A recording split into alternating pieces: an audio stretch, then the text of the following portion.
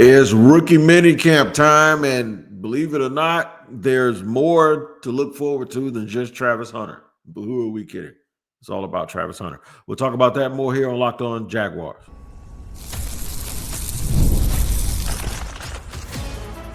You are Locked On Jaguars, your daily Jacksonville Jaguars podcast. Part of the Locked On Podcast Network, your team every day. It is your team every day here on Locked On Jaguars. We thank you for making us your first listen. I am Tony Wiggins, the host of the Locked On Jaguars podcast. That is your podcast. We say it's your team every day for a reason. And that is because we are dedicated to giving you the best Jaguars coverage you can ever get. And that's why we are here. You can find us wherever you get your podcast. Make sure you check in. Whether you watch or listen, we will be there. And today's show is brought to you and sponsored by Amazon Fire TV. That's right, man. Turn any TV into your Xbox. No console needed. Head to Amazon.com/Fire TV Locked On to learn more.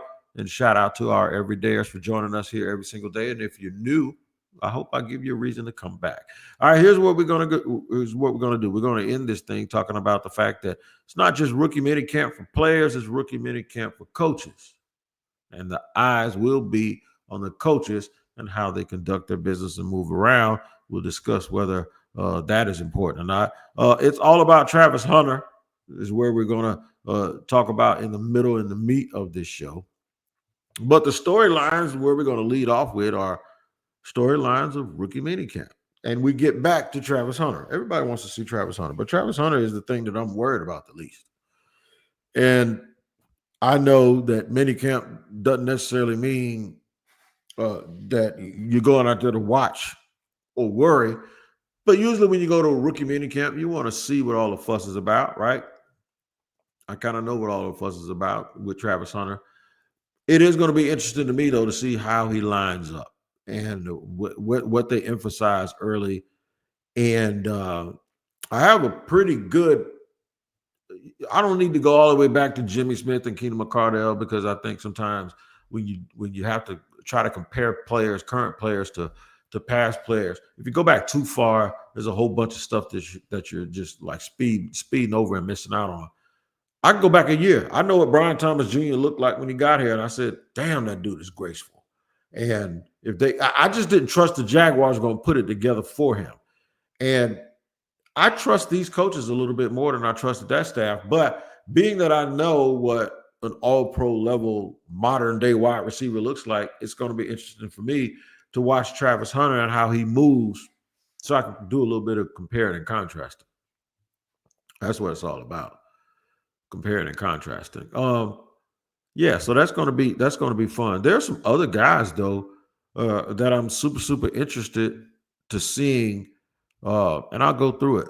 Let's start with the drafted players. We have to look at those guys first. I want to see what Caleb Ransom is all about. I keep hearing about this, and I saw it. He's a 3rd round pick. I just want to see up close and personal. This busy, fast, active player that everybody's in love with him, by the way. Caleb Ransom can't do no wrong in Duval County. He can't. The funny thing is, before he got drafted, I don't know if I can find 5 people who knew who the hell Caleb Ransom was. But this is what I'm talking about with trust in the staff. The second he was drafted, and I'm gonna be fully transparent, I saw his name on some lists.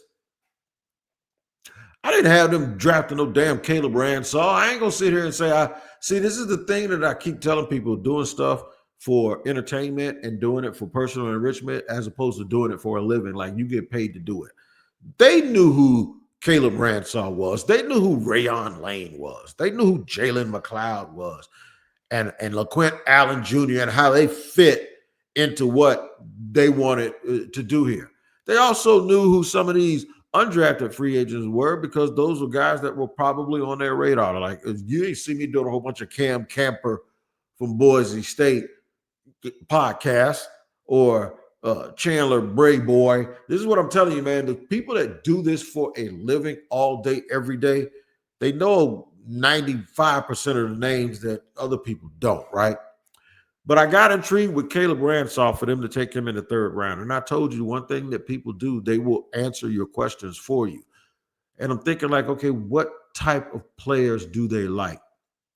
And the thing about Ransom is when you think about Jordan Lewis and you think about Eric Murray, the two DBs that they signed in free agency, this fits. This is exactly what it is.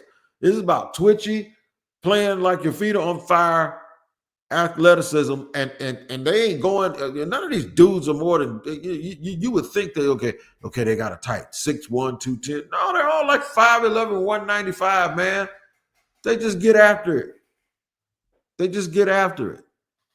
5'11", 195-pound DBs, and they all have a characteristic. They're pesky. They're pesky, and they play the game a certain way that makes you believe that they absolutely love not only the game, but they love the work. Rayon Lane's the same way. When I watched his tape, I was checking him out, and I'm like, they got a type, don't they? They have a type. Football playing justice is what I always called them. I've been saying that for 25 years. I remember Frank Frangie. I called in a Frank's radio show before I actually started doing radio. So it was before 2001, which is when I actually started doing radio. That's 24 years ago. And I remember I called in the Frank show probably a year or two before that, and I said, he's a football playing justice. Frank said, what is that? And I'm telling you what it is. It's dudes you have to lock out of the facility. It's dudes that when you say you need to go have fun, they say, I am having fun. I'm watching tape. Don't you see me giddy? I'm as happy as I can be. What are you talking about? Go have fun. People tell me all the time, my wife, you need to get out of the house. Why? I love it here. I made it comfortable here for a reason. It's like all-inclusive in this place. That is what I believe this staff is looking for. I absolutely believe they nailed it and they got it. Now I want to see it manifested on the field. I want to see that approach. How does that tangibly affect the win and loss column? Short and long term, right?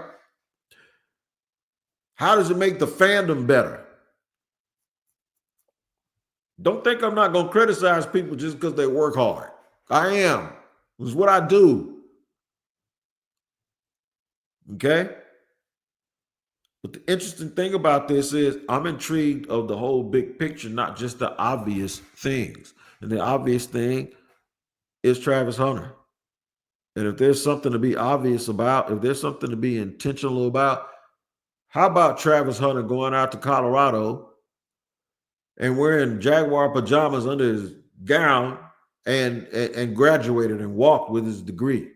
You talk about a kid that gets it and that is living his life. And I know people say, a lot of people graduate. He wasn't the only one there. That's not what I'm talking about.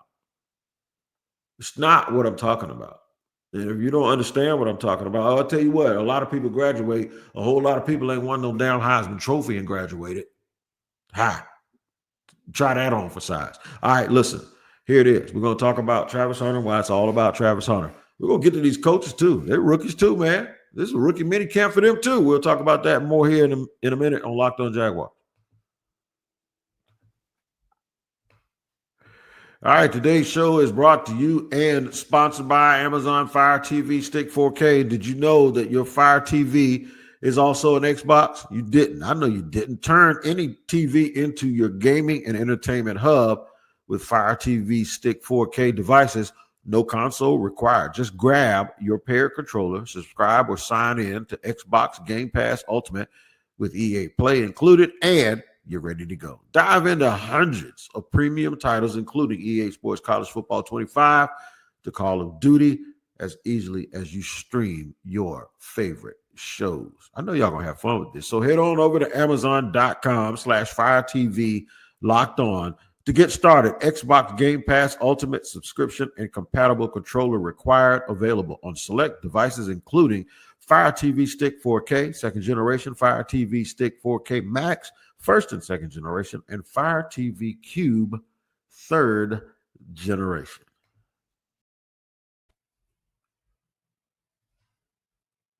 All right, we're rolling along here on Locked On Jaguars, where it is your team every day. I'm Tony Wiggins, the host of the Locked On Jaguars podcast.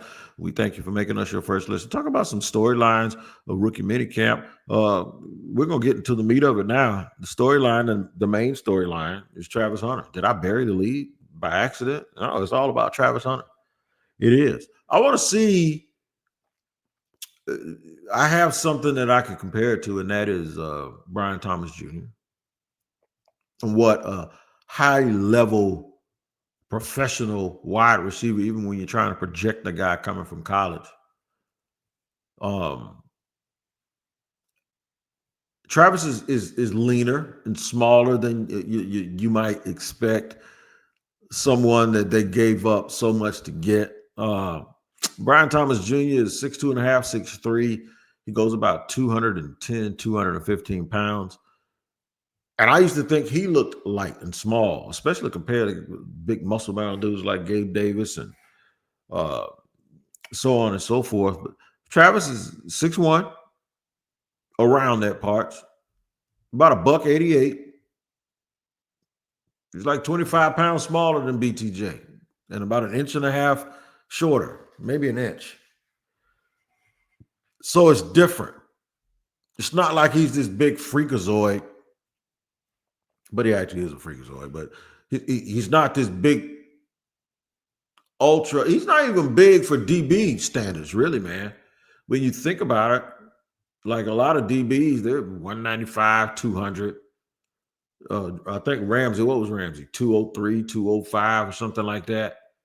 Travis, he's not very big, man. He's not big. So I don't expect the initial visual to be overwhelming for people. I do believe, though, that the movement and the gracefulness, and it's going to almost look like he ain't even going hard, that he's so effortlessly athletic. And I think that's what's going to catch people by surprise a little bit. That's going to be the thing that makes people's eyes pop out of their head. It's like, wait a minute, he just did that. And wait, he's over here on the other side of the ball. He's doing that. It's going to trip out with me when they get to training camp. It's like watching them switch jerseys. I don't know if y'all been to NFL training camp, if you have or haven't, but there's one team in teal and one team in white. What's going to happen when they want Travis Hunter on both? What, you switch jerseys? And they stand on different sidelines. All of this stuff is going to be like a work in progress, trying to figure it out and what it's going to look like. Like, you switch jersey, they're going to get a blue jersey. They wear red ones for people that's non-contact. They're going to get a blue jersey and just say, hey, you can go both ways. Well, have it teal in the front and white in the back, or they're going to take a half white and half teal. How are they going to do this? Is he going to be like taking his shirt off right in the middle of practice? All of that stuff is funny to think about because we're in uncharted territory. We don't know what it's going to look like. It's going to look good, but it's going to be different. We're not used to seeing that kind of stuff at practices, and we're just not. So this is all new territory, man, and it's a lot of fun. There's a lot of excitement for me to just watch how they're going to actually pull this thing off. Like, is he going to go offense one day and then come out the next day on defense? Is he not going to be switching jerseys? I don't even know if I got to ask the dudes in the media. Have y'all thought about that? Like, what is it going to look like practicing day to day? Now, game plan wise, we don't see that during the season. During the season, just a little bit behind the veil here, during the season, no, we watch them stretch. You see about 20, 25 minutes of practice, dude. You see them come out and you see them stretch. You see them go through some positional drills, and then it's like, hey, bye-bye, y'all got to go. When they start doing installs and game plan stuff, the media ain't around for that. That we're not privy to it. So you won't see it during the year, but it's just like we see most of camp.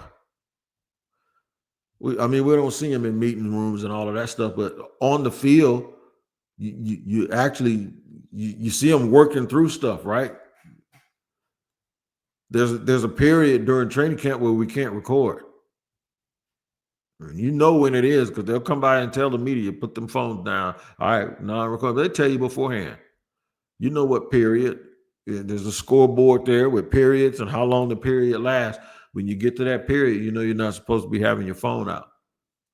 The only people that record those sessions are the Jaguars personnel and people, and they use it for their own benefit. But it's going to be super interesting to watch how that all unfolds, what he looks like. I also want to see what kind of the leadership. And I know from a wide receiver standpoint, you don't usually anytime a wide receiver tries to be a leader, they kind of make it out like he's being a diva. And I think back to what made me think about that was watching back at some of the Colorado tape, and there was a play where the DB was draped all over, and they should have called a flag, and they didn't.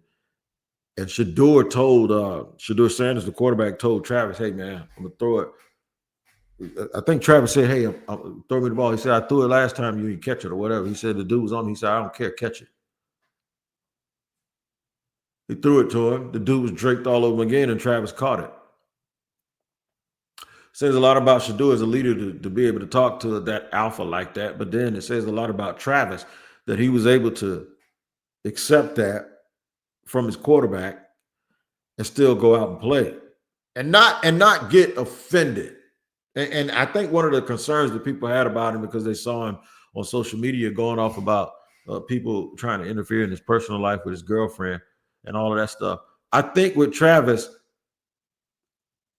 that tells me that he's got thick skin more than what people were trying to do and say about what was going on with him on social media wise. I think football wise, he has really, really thick skin. Not only a high IQ, not only is he fabulous on both sides of the ball, not only does he have the work ethic that is pretty much unmatched by a lot of people.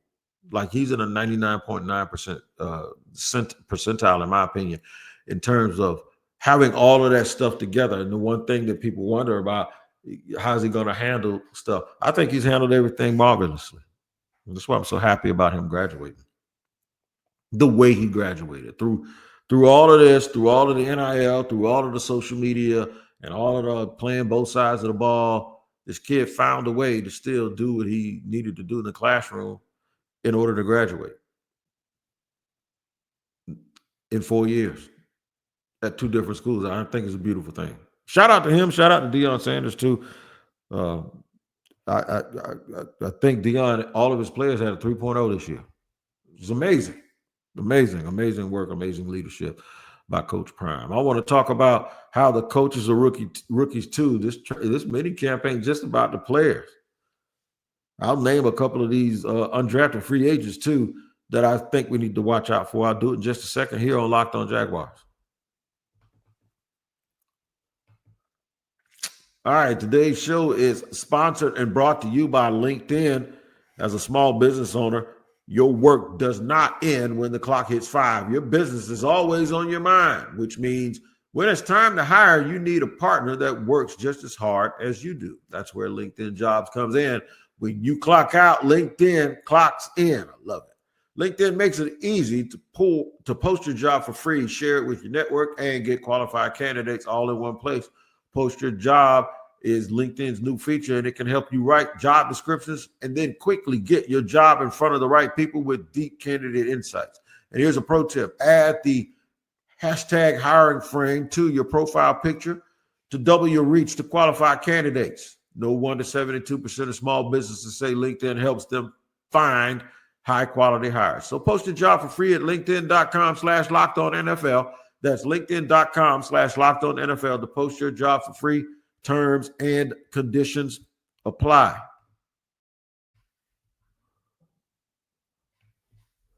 Rolling along here, Locked On NFL, where it is your team every day, Locked On Jaguars, that is. I'm Tony Wiggins, the host of the Locked On Jaguars podcast, talking about the storylines from rookie minicamp and how it's all about Travis Hunter. I'm going to get to some of the names that, other names that you might mention. I mentioned some of those drafted players.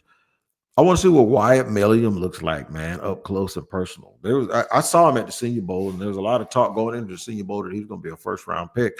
Didn't quite work out, but as the term superpower has been used, James Gladstone basically said, look, his superpower may be here or there. Like, people were looking at him playing left guard as a thing, saying he couldn't play left tackle in the league. Okay, but he hasn't played a lot of left guard. So if he goes to the Senior Bowl and he does it in the first week against really, really good competition and he struggles, then, well, we got to knock him down in the draft. And Gladstone doesn't look at it that way. Gladstone says, okay, do y'all realize basically that, it's like what Gladstone was talking about with Jaylen Mloud, the linebacker / edge rusher. What his superpower is on tape isn't necessarily what they were asking him to do during the evaluation process. And that's why I like what the Jaguars have done. And one of the sternest critics I know about sports is my friend Sam, who also does a podcast with Florida State. Sam hit me up, and Sam basically told me, I think Gladstone's a good GM. We just got to see about the coaching staff. And that's what brings us to this. We do got to see about the coaching staff. Are we qualified to sit there and give demerits out for what we see or don't see this weekend? No. But I do want to see those dudes in action. And it's not necessarily about the things that they actually are doing. It's how they look doing it. How are they? What kind of command? And it's very, very important. What kind of command? What kind of communication are they going to have over those players? I got a feeling that Anthony Campanilia is going to be the firecracker of the whole bunch. And I ain't got no problem with it. I love it. I love hard coaching. Ask Ross Jackson, Locked On Saints. He'll tell you. Coach me up, coach. Do your job. I actually think Campanile is going to be maybe the loudest voice. Heath Farwell is going to run those special teams, and he's really the head coach in charge of special teams, if you think about it. I want to see Liam, though. I used to see Doug Peterson. Doug would do his thing, but, man, Doug would sit back basically and press, and Mike McCoy and those guys were involved. I want to see Liam Cohen. I want to see his involvement, right, with some of these players. Because it's rookies, there won't be a whole bunch of rookie QBs hanging around that you'll be watching. Seth Hinnegan, a 6'3", 215-pound rookie out of Memphis, is going to be there. I saw him close up, beat Florida State, right?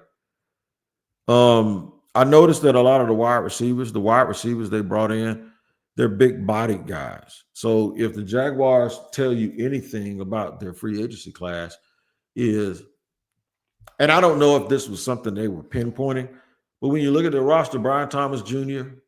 and Travis Hunter are both, they can attack the football, so they won't be hurting in terms of catch radius. But then you look at Parker Washington, right? You see in Diami Brown at 6'1" and Parker Washington, they may feel like we got everything covered except maybe we need more size because the receivers, like J.J. Jones, he's 6'3", 210, right? And Eli Panko, who is from Duke at 6'3", 205. All of the receivers that they're bringing in this weekend, Cam Cooper, 6'3", 197. Chandler Brayboy is 6'1", 199, but even that's pretty decent size. So you notice the Jaguars are bringing in undrafted free agents that are kind of long at that receiver position. Jabbar Muhammad is the one. I saw a tweet about Jabbar Muhammad, and somebody said they won a bidding war. The Jaguars win a bidding war is very, very important with a dude that wasn't drafted. And I'm thinking and I'm not laughing at the fact that he wasn't drafted. And I'm not laughing at the fact that he did get probably more bonus money and guaranteed money than a lot of people. But I'm laughing at the fact dude said it was like a war.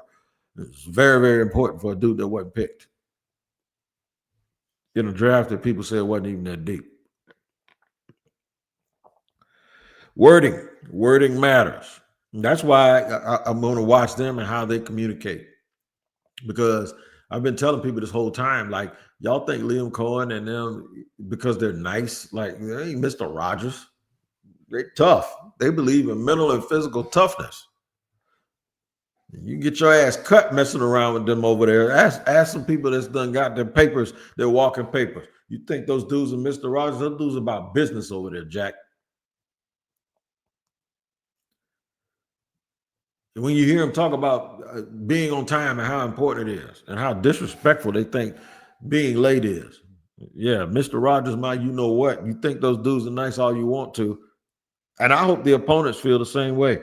I want them to underestimate Jacksonville. I want them to sit there and think that because James Gladstone says stuff like intangibly rich, and he says stuff like superpower, and he says stuff like be nothing more than themselves. And yeah, y'all keep thinking these dudes are nice. I watched the Tampa tape last year. I saw Liam Cohen calling those plays. That wasn't a nice guy calling those plays. That was a dude trying to cut your throat and smile in your face at the same time. But I'm not going to, hey, go ahead and just think that the Jaguars some nice team. One thing about the Jaguars, everybody knew is they were soft. They were, and I ain't, look, players, y'all get mad all you want to, but everybody thought the Jaguars were a soft team. First and goal from the 3-yard line. Try to throw it 2 times and end up turning the ball over on downs because you can't get 3 yards in 4 plays. That's soft. Throwing the ball sideways and not stopping the run.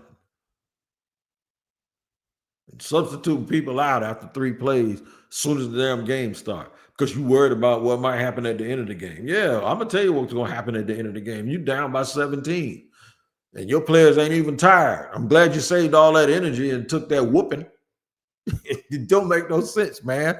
All of that stuff is out of the window, man. And I want these dudes to show up and show out. So I'm looking forward to the body language. I'm looking forward to the way that they communicate and all of that stuff. And where this whole process is going to start and it's going to begin. We've only just begun here on Locked On Jaguars. Make sure you tap in to Locked On NFL Scouting with Kyle Krabs and Joe Marino because, quite frankly, they go around the league and they know every single roster. They know how these teams are configured, all of that stuff that can help you get through this offseason. Make sure you check it out. Make it your second listen. I'm Tony Wiggins. We appreciate you making Locked On Jaguars your first listen of the day. Thank you for hanging out and spending 27 minutes with me today. And we'll see you. Have a very nice weekend, and we'll see you Monday.